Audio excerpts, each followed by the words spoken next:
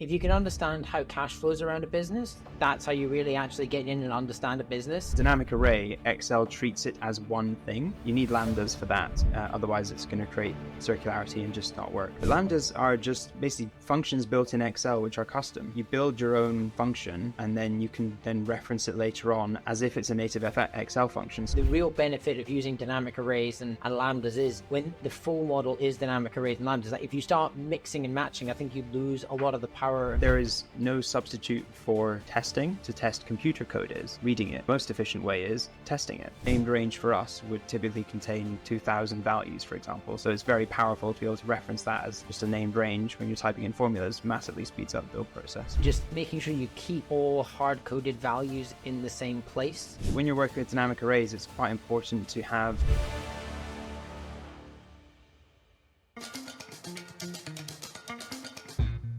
Welcome to Financial Modeler's Corner, where we discuss the art and science of financial modeling with your host, Paul Barnhurst. Financial Modeler's Corner is sponsored by Financial Modeling Institute. Welcome to Financial Modeler's Corner. I am your host, Paul Barnhurst. This podcast is where we talk all about the art and science of financial modeling with distinguished financial modelers from around the globe. The Financial Modeler's Corner podcast is brought to you by the Financial Modeling Institute. FMI offers the most respected accreditations in financial modeling. I'm thrilled to welcome on the show this week, Cameron and Nicholas Hay. Welcome to the show. Thanks. Great. Thanks very much for having us. Very excited to have you. And just so our audience knows, I'm going to share up front, the theme for this week's show is dynamic arrays. We're going to talk about why they're building models that are fully dynamic using dynamic arrays. So I'm thrilled for this discussion because I think it's something a lot of people are wrestling with, of how much to use them, how to think about them. Are they ready to do full models? So looking forward to that.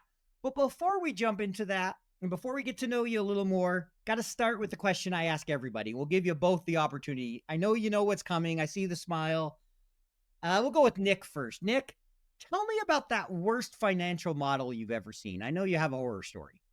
So yeah, I did grapple with this for a couple of different ones. I had one which was colored basically all the colors of a rainbow, so very difficult to tell what was going on. But the one I settled on was actually probably the worst mistake I've seen in a financial model, because it was to do with the staff costs. They were all split up into different departments, but then there was a total at the bottom, which was totaling up all the subtotals as well as the individual staff salaries. And then especially when you apply a growth rate and an inflation multiplier to all that, then the staff costs get out of hand pretty quickly. So the good thing was the model was actually very well structured, so it was very quick to identify that problem, but that was definitely the worst mistake I'd seen. I want to be one of those employees. If they're paying me based on the model, I'm good. Yeah. No, it was quite nice. It was a funding model. So the ask went from like $8 million to $2 million. Yeah. Just with one there. Yeah, I'm sure they were happy when that was the case. Yeah. That's pretty bad. At least they had structure. So that's good. Cameron, what's your story? So mine's going to be back when I was working in mergers and acquisitions, and it was a business that was struggling a little bit. And then they came up and they said, okay, right, the burn rate's too high. So we've created this new model, which is our path to profitability and how we're going to get there in the next 9 months. And it was just basically cutting out almost all the costs and everything in sales and marketing and doubling the growth rate with all hard-coded numbers. And that was the new, the way that they didn't need to raise. And I thought that was quite an interesting way to go about it. I'll give it to him for ingenuity, I guess. Yeah. You mean you can make, it's like they say, there's lies, and more lies. And then there's statistics, right? You can make numbers do whatever you want them to do. It doesn't mean it's going to happen. And we've all seen it in a model where you're just like, okay, you need some realistic assumptions. This isn't possible. What about a key takeaway? Any kind of key takeaways from those horror stories you just shared or those models? Cameron, what about you? Any kind of key thought or takeaway?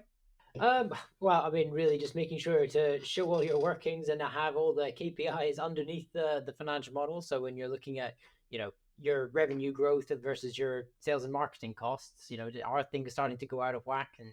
And the more things you can bring together, the easier it is to see when things are, looking a bit strange.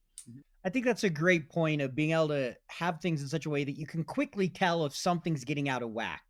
If you use common sense and you apply that and you understand basic ratios of businesses, a lot of times you can just catch it by looking at a trend. I had a boss that had worked in investment banking for years and a lot of M&A, and all the time he'd ask me to graph something, all kinds of different lines, because he just quickly wanted to see, okay, does it look realistic? Is there a hockey stick? Is there a big dip? And if so, why? And so I can remember all the time, like, can you graph this for me? Can you graph that? He was always asking me to graph a line just so he could do a quick sanity check and say, should I be drilling down here or do I feel comfortable that this is realistic? Yeah, no, we're really big on that, and making sure that if you can visualize everything in a really nice and clear way, it's your eye is just so naturally, well, I mean, your brain really is just so naturally, adapted to reading, well, charts and lines and looking at trends rather than actually looking at raw numbers. So it makes a huge difference. Yeah, it's a much easier to see a spike or a dip in a chart, a graph, than it is in the numbers itself, especially when you get a wall of numbers. Here's this big, huge P&L, and it's like, hey, there's 500 numbers here. Which one's important? No, that's exactly right. What about you, Nick? What's your kind of maybe key takeaway from those horror stories? Key takeaway is probably just the importance of structure, because like I said, everything was super well laid out, and so it was very quick to identify where the mistake was occurring. So yeah, just the importance of breaking things up and having structure. Yeah, as I like to say, design some more. Yep. So important. I didn't realize that early in my career, and I look at some of the things I built and I'm like, I wish I would have taken a good class that would taught me proper design principles and color coding and all those things that make it so you don't absolutely hate that person when you get their model. Because we've all been there. You inherit something and you're just like, what were they thinking? Yep, it's always the random cell in the middle of a calculation block colored yellow. We've all seen those. Oh yeah, I've been guilty of a few. Why don't we ask both of you to tell us a little bit about yourself and your background? We'd love to get to know you a little bit more before we jump into the dynamic arrays discussion, which I'm really excited about. So Nick, why don't you tell us a little more about yourself? Sure. Yeah. I mean, I probably had a slightly unusual route into the world of financial modeling, where I actually studied a modern languages degree at university, but then after that did an MBA and moved into roles within banking and asset management. So there I did my CFA, and I was always working in kind of data analytics and automation roles within that space. And then it was really kind of joining forces with Cameron and starting the company together that I did the full stack modeler course. So I already consider myself a reasonably proficient Excel user. How wrong I was, but anyway, then it did full stack modeler, and yeah, great learning experience. How to build 3-statement financial models, just having a structure, and then yeah, that's really takes me up to now. So good. I'm gonna record that part, send it to Giles with a bill, letting him know that there was absolutely free advertising for him. Nah, Giles is great, but Cameron, go ahead. Great. Yeah. So I trained at PwC, and so I did my chartered accountancy degree, and then moved into the world of corporate finance and mergers and acquisitions.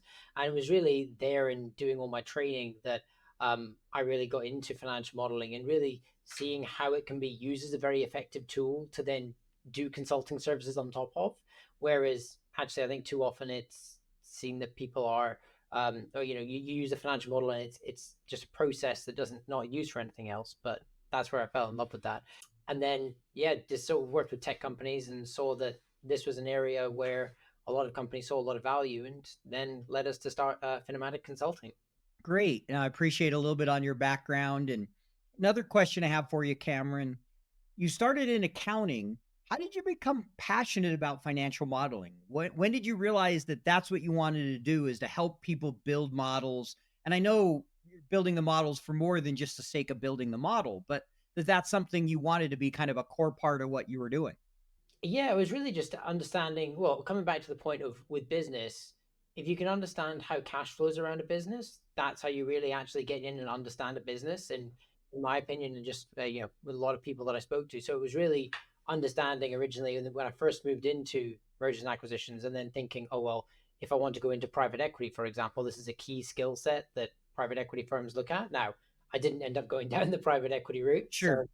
So yeah, so hopefully that answers that. Yeah, no, that does. And I totally agree with you, right? Understanding the numbers and the cash flow of the business is critical. Like so often I tell people, look, if you want to know your business better, take a dollar and run it through the entire process and understand what happens at each step to that dollar. And you'll understand the business much better. You'd be able to model it better as well. And so I'm totally with you. It really is a great way to learn about a business. Nick, what about you? What led you to start a company with your brother? Yeah, I mean, honestly, we've been looking for something to do together for a long time. I mean, we've been best friends for over 30 years, and yeah, just trying to find that right thing. But it was during actually COVID when we were working from home together. So at the time, Cameron was working in mergers and acquisitions, and I was working in automation solutions for banks and asset managers. And it was really then when we saw the mergers and acquisition process. I was struggling to understand it, how it takes 2 to 3 months for like preparing all the data for a transaction process. And I was just there, obviously working in the area I was working in, thinking, surely this is just something which should just be ready on an ongoing basis. You just load in new data, hit refresh, and everything's ready to go in the format you need it. So yeah, it was really that we kind of thought there's probably something we can combine and do here and give companies that information on an ongoing basis. But yeah, it's been fantastic working together. We've got a very good, as I say, working relationship, good balance.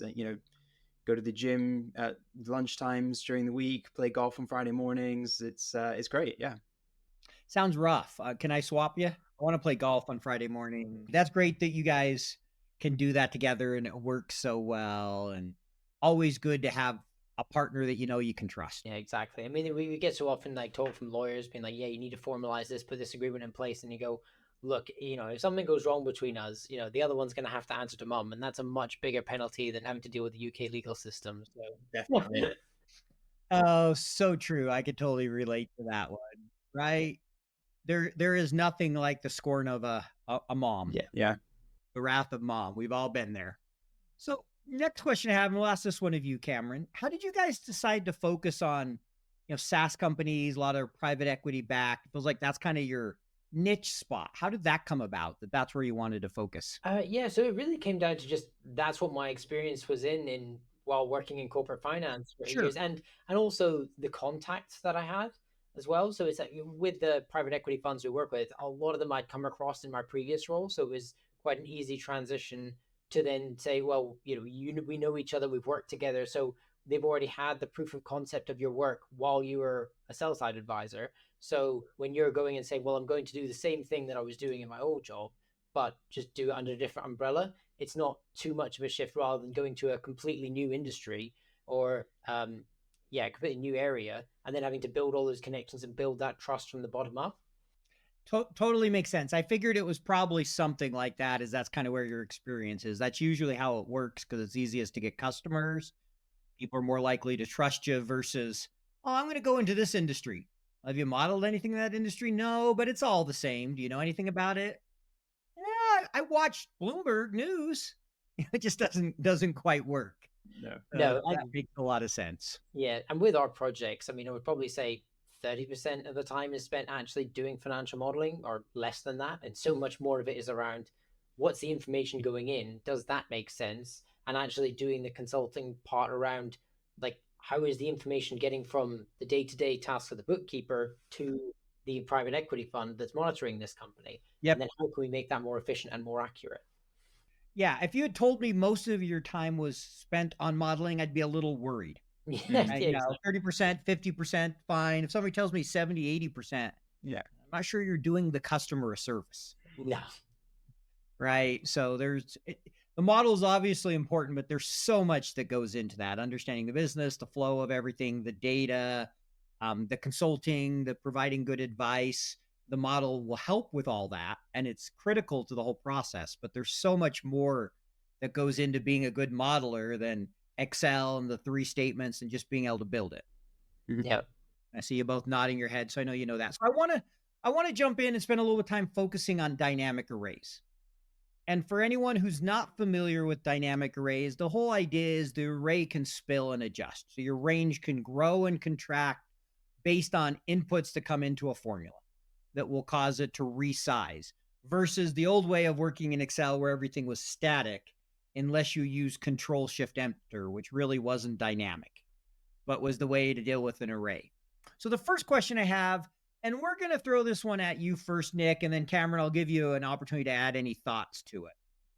How did you guys decide to build all your models dynamic arrays? Like, how did you come to that conclusion? Walk me through a little bit of the process and how that all happened. I'd love to know the backstory.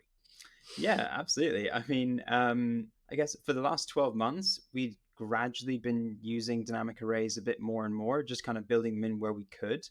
But then, and just over time, we noticed how it was making our models a bit faster, a bit more robust, I guess, because it's you have everything very structured, and then they were just a bit faster to recalculate as well. So we just thought there might be something here to actually investigate if we can use this even more than we're currently doing. And it was really that point around kind of reduction in error points that really got us convinced. Because if you think about a normal Excel file, financial model, which could have, let's say, 200,000 formulas in it, then that's obviously 200,000 potential error points. Like a blank Excel workbook doesn't have any errors in it until you add data and formulas and things. So theoretically, minimizing the number of formulas you're using should reduce the error potential of the file. So that's what really kind of convinced us, because really dynamic arrays, like inconsistent formulas within a calculation block, are impossible. There's no need to copy formulas down and across anymore. So yeah, I think it just makes it easier for everyone because it's easier to check because there's fewer like formulas to look at. So yeah. And the thing I would add to that is actually, because we don't maintain any of the tools that we build for clients, we very much do the building and then hand over to them, and they then run it from there then onwards. And it just makes it a lot easier when, if they come back to you and say, "Oh, can you make these adjustments in 6-9 months time?" There isn't that hard-coded yellow cell somewhere in the cash flow which actually is throwing off the balance sheet, and then something comes back with with an error without you having to go through and check it. Whereas if it's array based, unless they've gone into Excel labs and started amending the lambdas, you're probably pretty safe that everything's as it was. Yeah, I was going to say, do you worry about them not understanding the model since we'll get to lambdas in a minute, but because you're using lambdas and dynamic arrays, which say most people aren't quite comfortable with unless you're an Excel nerd for the most part, right? Like dynamic arrays are not used by the majority of people, not even the majority of financial modelers at this point. And so I'm just curious, do you have concern around people not understanding the model, any of those kind of issues, or how did you get comfortable from that end? Because I totally agree with you on you reduce the error points. If you can build it fully dynamic, there can definitely be some benefits. So I'm just kind of curious a little bit of that. And I'll throw that out to either one of you. This is really, we spent a lot of time with Craig Hatmaker chatting this through, but if you engage somebody to build something, a functionality on your website, and you say, if somebody fills in their email address, I want them to email this. If you wanted to test that, you would put your email in and see if it emailed you. You wouldn't go in and review the WordPress code. So when you're reviewing a financial model, you would tweak the assumptions and see what it did to the outputs. And that's going to be the fastest way to review a financial model. We're also very lucky that all of our clients are going to be well within the top 1% of Excel users. So while they're not necessarily using everything on a day-to-day basis, it's not really a big step up from where they are already to follow it. And certainly we've not had anything from clients yet being, yes, they've acknowledged it looks different, but it's not being like, oh, I can't follow it, because you're still laying everything out in the same way. Yeah, you're still building 3 statements. It's not like hey, I got this 4th financial statement and dynamic arrays. Come check it out. Right? It's like when new formulas come out in Excel. So before we get into kind of how you handled corkscrews, lambda, some of that, and you've mentioned Craig Hatmaker, I want to just ask a question here because I'm curious. And we'll start with you, Nick. Do you have a favorite dynamic array that you like to use? Is there one that's kind of your go-to? I guess we're probably excluding lambdas from this. Yes, we're going to exclude lambdas. Yes. Kind of a bit of a rogue one, I think, but I'm going to actually go with the expand function. And actually, because when you're working with dynamic arrays, it's quite important to have like matching timelines and things of a matching width. So it's just so useful to be able to throw in the expand function. So if you've got a range which is only 30 columns, for example, it then expands it out to 90 if you need the reference to be 90. So I'm going to go with that one. Interesting. Yeah, that's definitely not one. I don't think I've ever had someone tell me that's their favorite yet. So there you go. Not that I usually ask this specific of just dynamic arrays. But Cameron, what about you? I'm gonna go with sequence because, like, on the face of it, if you use it by itself, it feels like it's completely useless. But when you actually start, when you actually start incorporating it into all the others, you realize it's probably the most powerful one there is. Yeah, I use it for dates all the time. I know it can be used in a lot of other areas, but that's Yeah, really where I use it, is around dates. It's so handy there. yeah, Yeah. yeah, no, for sure. I agree with you. When you first see it, you're like, well, where would I use this? Yeah, And in the old formulas, when you needed to increment a range, when they weren't dynamic and you wanted to be, I'm like, okay, I can see that. But I'm like, okay, with dynamic arrays, where am I going to use that incrementing? So it took me a while as soon as I saw the date, I was like, all right, now I got it. This is yeah, powerful. yeah. So let's talk corkscrews, because I know dynamic arrays on their own do not handle corkscrews. At least I think some people have used Mamolt and tried in some different ways, but you really need lambdas, and there's some real complexity that comes with corkscrews. So how did you guys kind of handle that? How did you overcome that challenge with dynamic arrays? Yeah, no, so you're right. This is definitely a bit of a challenge, and it was a learning curve at the beginning, because there are certain things when using dynamic arrays compared to traditional Excel where one cell is one value, that do get more complicated. So offset's another one, corkscrew for sure. Just because the dynamic array, Excel treats it as one thing. So to reference the closing balance in your opening balance and things, it doesn't really work. You need lambdas for that. Otherwise, it's going to create circularity and just not work. So that's really where lambdas came into it. And yeah, that's we actually met Craig Hatmaker through the full stack modeler community. So another shout out to Giles Mail there. But yeah, we came across the work that he was doing with lambdas, and that was really, I guess, the turning point for us, where we realized actually we can use this more widely because these lambdas solve this problem that we've been coming up against. So real quick, can you define what lambdas are, just in case we have someone listening that's not familiar with them? Can you give us kind of a definition of what they are, Nick?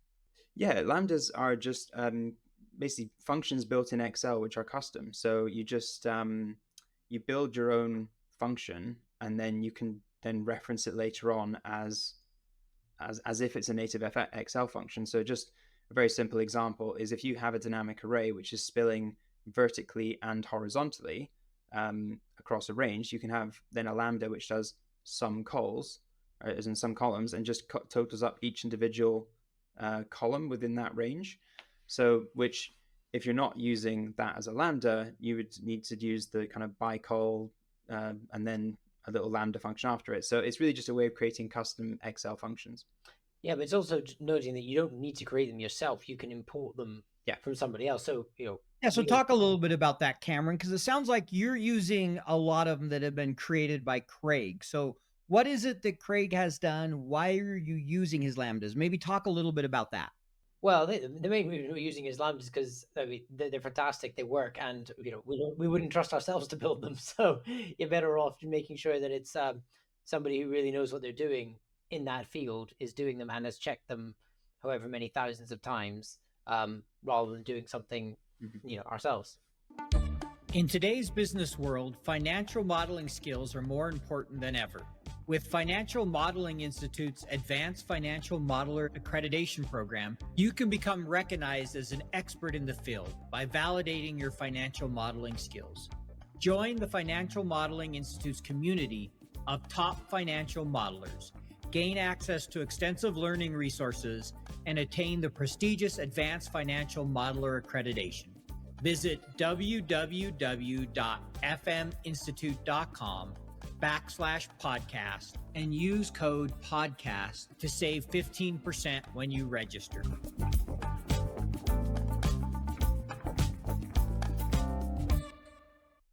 So I'm curious, you think with 5G and lambdas, do you see dynamic arrays becoming the future for modeling? And how long do you think something like that will take? And we'll ask both of you that question. Just want to get your thoughts about that. Yeah, I mean, I think it's probably realistically going to take a while, because something like Power Query, for example, which has been out for a long time, is still not that widely adopted. So realistically, I think it's going to be a while. And it's, at this point, I want to emphasize there's nothing wrong with modeling in Excel without dynamic arrays. It works works perfectly fine. For us, we've just found that it's a bit of a faster way to build and a bit more robust. So yeah, I think it will take time. And so I'm curious on that front. How much quicker do you think it is? When, like, if I asked you to build the same model, one you're doing dynamic, one you're not doing dynamic, do you have a feeling? Is it saving you 10%, 15%? Is it just the spreadsheet generally recalculates faster and feels cleaner? Like, maybe list some of those, anything you can quantify around the benefits. We'll start with you, Nick, and then we'll go to Cameron. I'd love your thoughts. Well, I'll start with a little record we had where when converting all our some of our old models to dynamic arrays, is we managed to cut down a calculation block with 27,000 formulas in it and make it one formula. That was the best we managed to do. That's a pretty good ratio. Which was I'll fantastic. take that return any day of the week. Yeah. So that was great. I mean, I think it has probably reduced the number of formulas in our spreadsheets by over 99.9% for sure. But yeah, I mean, I think the thing in the file size, we did the last project we did without dynamic arrays, and the first project we did with dynamic arrays, the two files were the same size, and one was a $2 million a year business, and then the one afterwards with a single entity, and then the other one was probably was well into the tens of millions with multiple entities, thousands and thousands of transactions going through, and the models were exactly the same size, and it just went, one is however many 30, 40 times the size of the other, but they're still the same file size, and we're still calculating at the same speeds.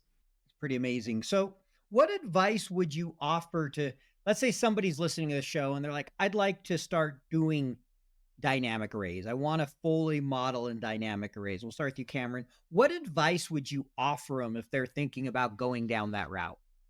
I would say is just make sure it's something that you're really wanting to commit to, because I think the real benefit of using dynamic arrays and lambdas is when the full model is dynamic arrays and lambdas. Like if you start mixing and matching, I think you lose a lot of the power and the fact of all the ranges and timelines matching up.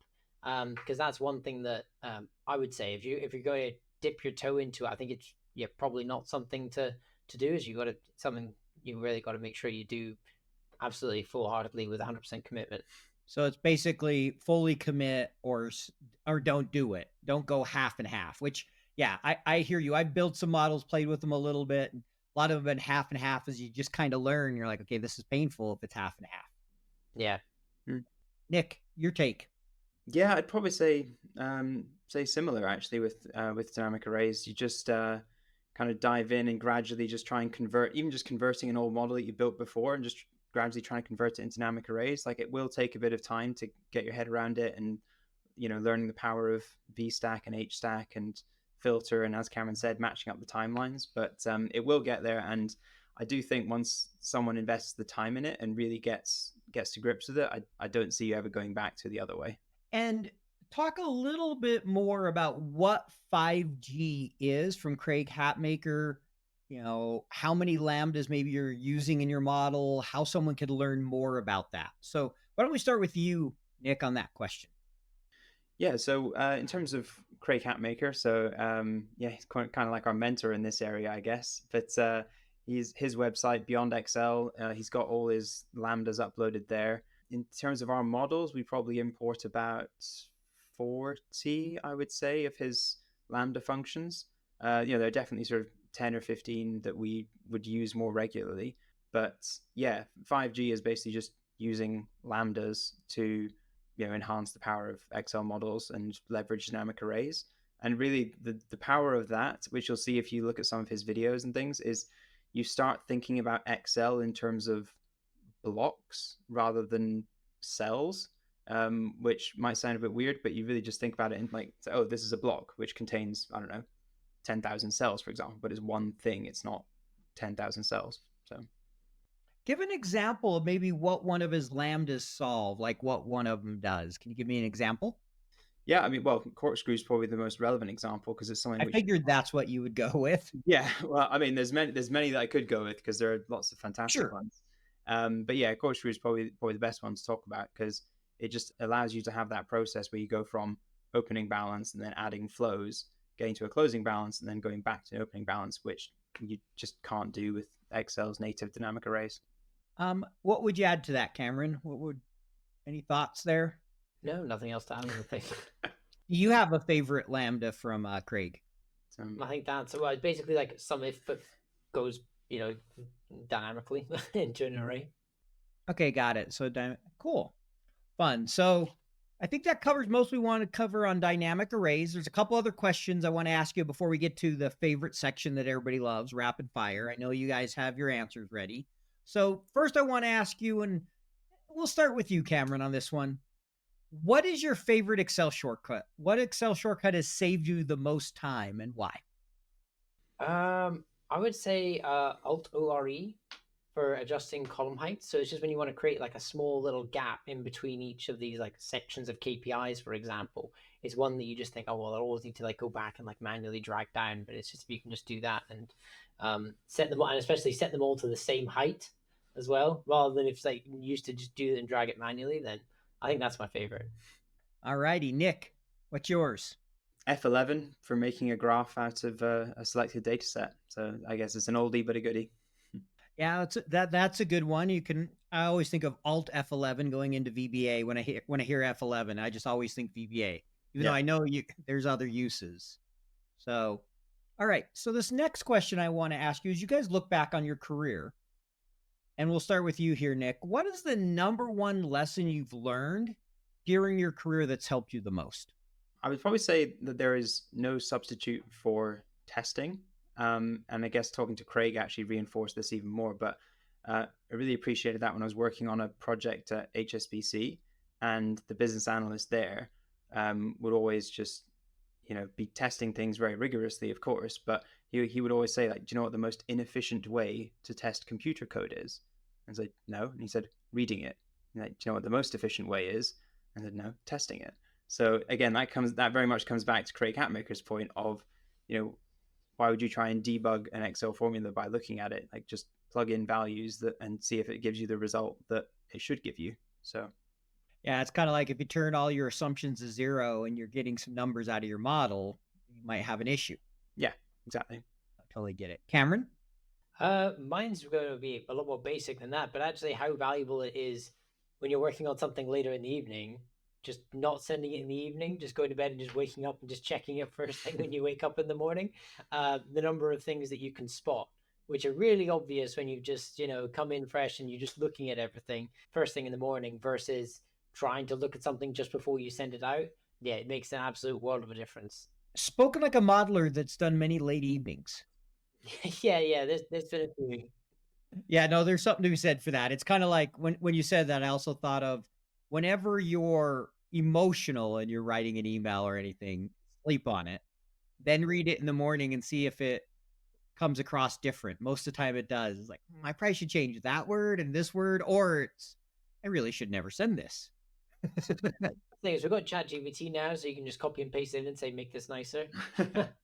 That's a good point too. You definitely can do that of, okay, take the emotion out of this because I'm pissed right now. Well, I wonder if I said it that way, what it would say, but yeah, there you go. You can test it later. Yeah, I might try that later when I am that way. Right. One more question before we jump into rapid fire. Just looking at your guys' website, and I know you have a number of resources out there, but one thing you had, I think it was a video around, is you guys mentioned a 4-step process that you like to use with your companies to help your companies. I think it was examination, transformation, presentation, and optimization. So I want to give you an opportunity to just kind of talk about why that is a key process you use, how you came up with those 4 steps. And Nick, we'll give you the floor first on that one. Okay. I guess we'll take it in turns, but the examination is really just making sure we always start from source system data and just evaluating the quality of that, because a lot of the time when we start these projects, people send us across their working file in terms of their budget or their rolling forecast, things like that. And so, well, actually, let's start from what are your source systems saying. So let's get your accounting system, like trial balance extracts. Let's get the data from your CRM system. Let's get the data from your HR, like get your payroll reports, and let's just see what that's telling us first.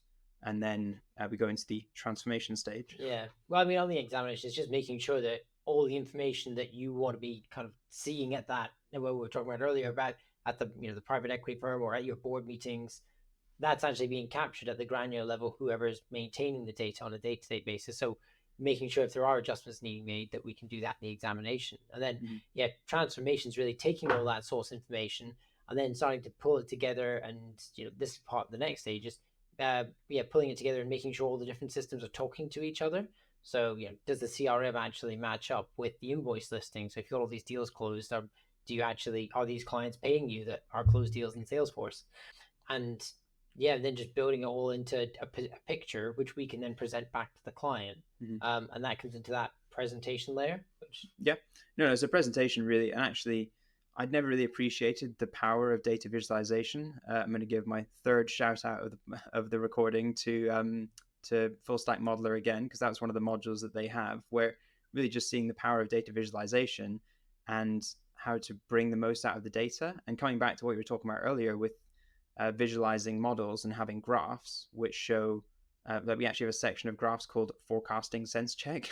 So it literally just tells you like if the forecast is making sense compared to the previous ones. And and every industry has a whole load of different ones that make it. I mean, ours is obviously deferred income is huge in the software space. So it's actually going, have you modeled deferred income in the same way that it's behaved historically? And that's always a quick way, because that can drastically change the cash position if you're not careful. And then and then the optimization part is really just that part of making sure that what we're doing and how we're restructuring our clients' processes fits in, making sure they're really comfortable with it, and it's saving as much time as possible. Because to transfer someone's processes, you've got to make sure that they've got the benefit of it as well. There's no point in going in and saying you've got all these extra insights, but this is going to take you way longer to do and you didn't have time before. So making sure it fits in with everything, and really just handing it over to the client and making sure that we've captured everything that they want to in their solutions. And this really does save them all the time that they were looking for it to do. Awesome. Great. Appreciate you sharing that. Makes sense to me.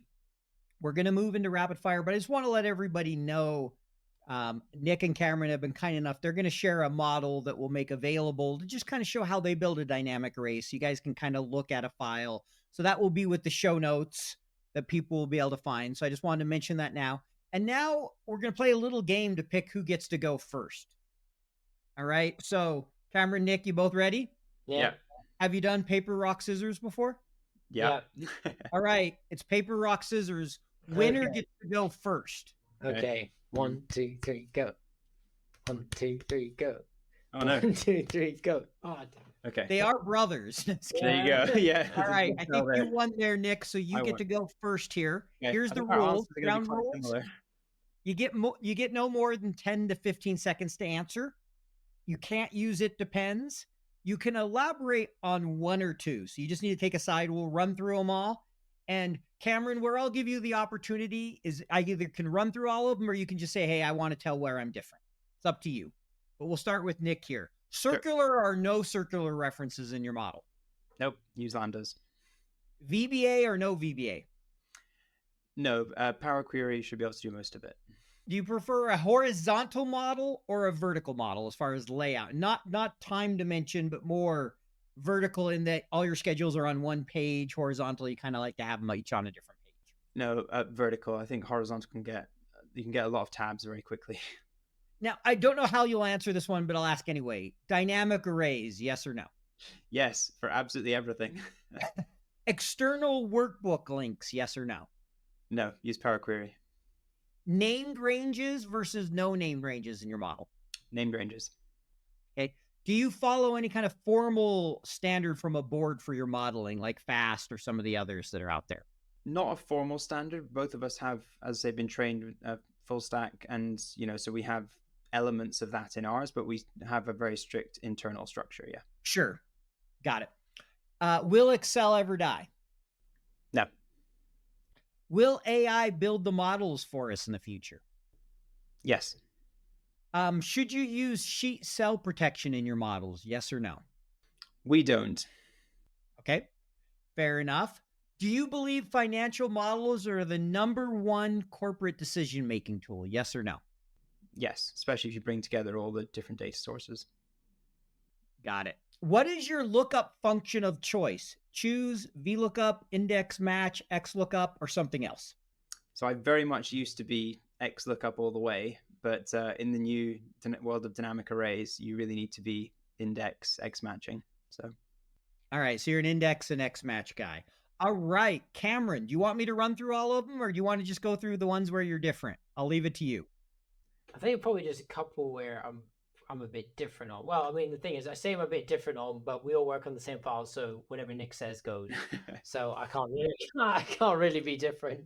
Come on, you got to give me at least one where you would be different. It's no fun if you're all the exact same. Yeah, the named range. I can tell you the ones we had the biggest debate about, and the named ranges was the one, and table referencing was one that I thought is going to be is the hardest one for if someone's trying to follow the formula through. And again, if people aren't used to that type of working, it then becomes a lot more complicated rather than just seeing like a sheet name and a cell reference where it's very easy for someone to go back and trace. So that is the one bit we did go back and forth on for a lot. As I say, Nick, had an executive order and just overruled me, so couldn't do it. Is that because Nick's older? No, I'm actually older. Nick. I figured you were. I just had to ask. Yeah, it was.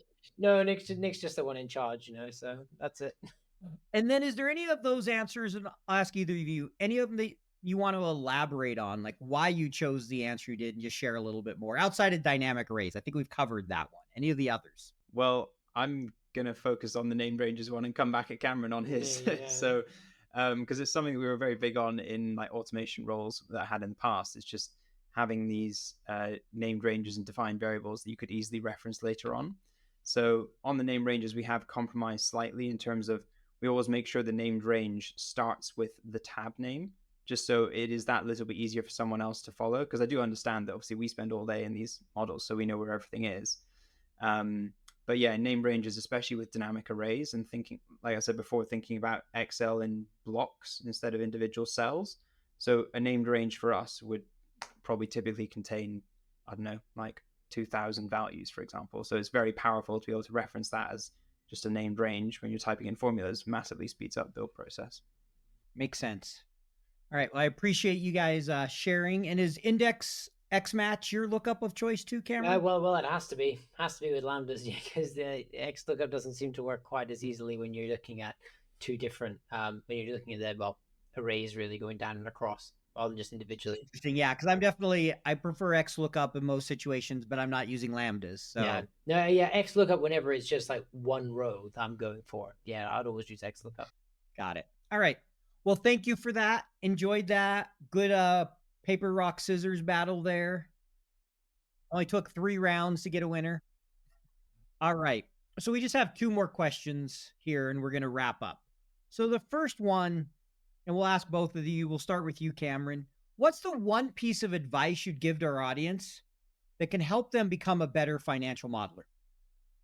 It might be a basic one, but it's really just making sure you keep all hard-coded values in the same place and just making sure that there's nothing that, we even have it for outputs. If you've got things that are, for example, like year-to-date, year-to-go targets, all being within the assumptions tab, so that if you're handing over your model to someone else, they know that everything that can influence the model is in one place. And it's just a case of going, when you hand over, okay, for you to be comfortable with this, just go on this tab and run down every single cell that you've got an input cell, and make sure you're comfortable with the number that we've got in there. And then that's a good place to then go and sense check the outputs once you only have one sheet to run through, rather than handing someone a 15 tab model and saying, oh, what do you think? Yeah, there's some real value of making sure your assumptions are very clear and whenever possible, all in one place. I'm with you. I'm a big fan of trying to keep them on one sheet as much as possible there. I like that approach for sure. I'm with you. Nick, what's your piece of advice? Probably similar to what we were discussing earlier about design, and really just saying that structure is everything, because I appreciate what we've been talking about is a bit of Excel complexity that not everyone's super familiar with. But if you just make sure you lay everything out in a super clear way where, according to the P&L structure, for example, just make sure your assumptions, your inputs are all structured according to the P&L structure, exactly the same order. Your forecast calculations are laid out in exactly the same order. You add comments to things just to make sure to explain the different steps that are happening in your model. So as long as you structure everything really clearly, people can follow it, even if you're using a couple of formulas they might not have seen before. No, I'm with you. I'm a big fan of Schnorr of the Financial Modeling Institute. Yeah. And I had him on a podcast, and he said, the number one problem far and away, and there's not a close second, is design. Yeah. It's like it almost always comes back to design. He's like, someone will call me and go, my model's not working, and I got this and I got this data. He's like, stop. I know that's not your problem. Your problem is you designed it wrong. Yeah. You designed it right, you wouldn't have that problem. And it's amazing how often it comes back to design. So I'm with you. I'm a huge believer that design makes a big difference. Otherwise, you end up with what I like to call Franken models. Yeah. And we've all built a few, right? Those Frankenstein models where you're just like, what was I thinking? Especially the first time you build a model. Yeah. You go back and look at those first few models you built, you're like, oh, that was garbage. At least that's what I do. So last question here. If our audience wants to learn more about you guys, get in touch with you, what's the best way for them to do that? And we'll start with you, Nick. Yeah, I mean, we're both pretty active on LinkedIn, and then our website, finomatic.co.uk. Perfect. Anything you'd add to that, Cameron? No, just Cameron Hay on LinkedIn at Finomatic. Perfect. We'll put both your LinkedIn profiles in the show notes so people can contact you, as well as your website. But I just want to close by saying thank you for joining me. I had a great time talking, and I'm going to have to go look at a few more of his Lambdas from Craig. I've talked to Craig a few times, and I've attended a presentation here or there, but have not really dabbled in it yet. So it's exciting to see people pushing the envelope, because that's the only way we're ever going to get to where people are comfortable using dynamic arrays, is having people push the envelope. So thanks for sharing your experience. I really enjoyed it, and I'll let you guys go so you can enjoy the evening. I can say over the last hour, I've watched the light slowly become less and less. So I know it's close to evening for you guys. Yep, absolutely. And we'll send over that kind of slightly pared back model just to demonstrate some of the functionality of the lambdas and dynamic arrays. Yeah, we look forward to hearing how you get on with it all. As remember, you've either got to dive in or not go at all. So we'll see which one you choose. We'll see who all dives in when you send it out. All right, thanks, guys. Great. Thank you. Financial Modelers Corner was brought to you by Financial Modeling Institute. Visit FMI at www.fminstitute.com/podcast and use code PODCAST to save 15% when you enroll in one of their accreditations today.